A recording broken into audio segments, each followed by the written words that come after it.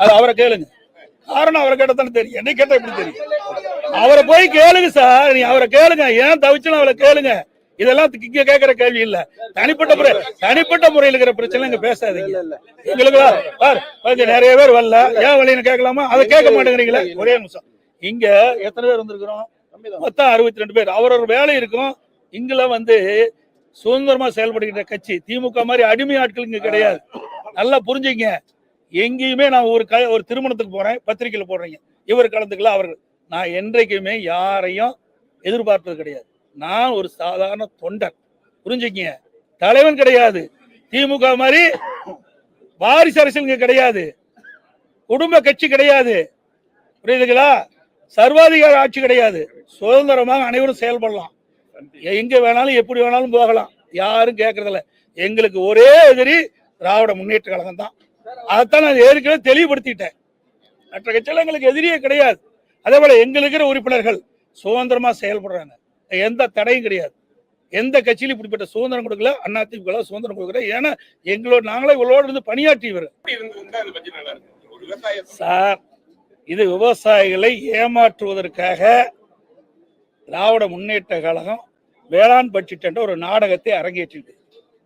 இந்த வேளாண் பட்ஜெட் திராவிட முன்னேற்ற கழகம் இந்த 5 ஆண்டு காலமாக சட்டமன்றத்தில் தாக்கல் செய்யப்பட்ட வேளாண் பட்ஜெட் ஒரு கண் துடைப்பு. விவசாயிகளை ஏமாற்றுவதற்காக இந்த ஆட்சியாளர்கள் செய்கின்ற நாடகம். இதனால என்ன பயன் இருக்குது? எல்லாம் இந்த மானிய கோரிக்கைகள் வருது, ஒவ்வொரு துறை இருக்குது. அந்த துறை வாரியாக என்னென்ன திட்டத்தை கொண்டு வரணும் அதுல விவரமா இருக்கும். எல்லா மானிய கோரிக்கையிலையும் அதெல்லாம் உள்ளடக்கி ஒரு புத்தகத்தை போட்டு 1.25 நாள் எங்களை எல்லாம் அமர வச்சு, என்ன அதுல ஏதாவது இருக்கு நாங்களும் பார்த்துக்கிட்டே இருக்கிற ஒன்னையுமே காணோம். இப்படி எல்லாம் மக்களை ஏமாற்றுகிற தந்திர மாடல் செய்கின்ற ஒரே அரசாங்கம் இந்த அரசாங்கம் சார். விவசாயிகளுக்கு தேவையான திட்டங்கள், விவசாயிகளுக்கு என்ன அக்ரிகல்ச்சர்ல என்னென்ன இருக்குது? ஒரு விவசாயி பயிர் நடுறான், அந்த பயிர் எப்படி வளரும்? அந்த பயிர் விளைச்சல் கொடுக்கும். விளைச்சல் கொடுக்கும் போது அந்த விளைபொருளுக்கு தேவையான விலை நிர்ணயம் செய்ய வேணும். ஏன்னா விவசாயிகள் பயிர் அடிக்கின்ற பொழுது ஒரு விலை, அவன் ஆகா ஒரு ஏக்கர்ல இந்த பயிர் நட்டா கிட்டத்தட்ட அறுவடை ஆகும்போது நமக்கு எவ்வளவு லாபம் கிடைக்குன்னு நினைப்போம். ஆனா அறுவடை ஆகுன்ற பொழுது மாறி போயிடும். இன்னைக்கு போய் தக்காளி என்ன வைங்க, நல்லா என்ன பண்ணுங்க, இன்னைக்கு 10 ரூபாய்க்கு விற்கிது. இன்னைக்கு விவசாயி எப்படி பிழைக்க முடியும்?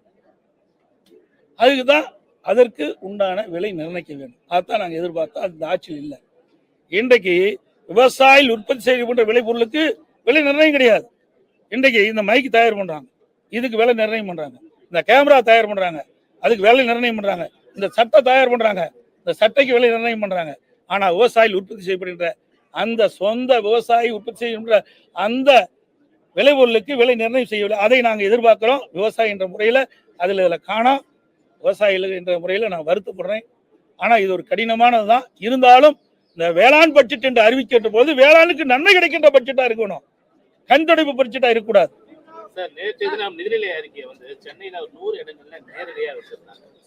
தமிழ்நாடு பூரா 950 இடத்துல வச்சாங்க.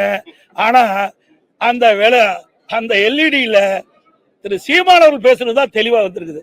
அதைத்தான் மக்கள் பார்த்து ரசிச்சிருக்கிறாங்க, பட்ஜெட் பார்த்து ரசிக்கல.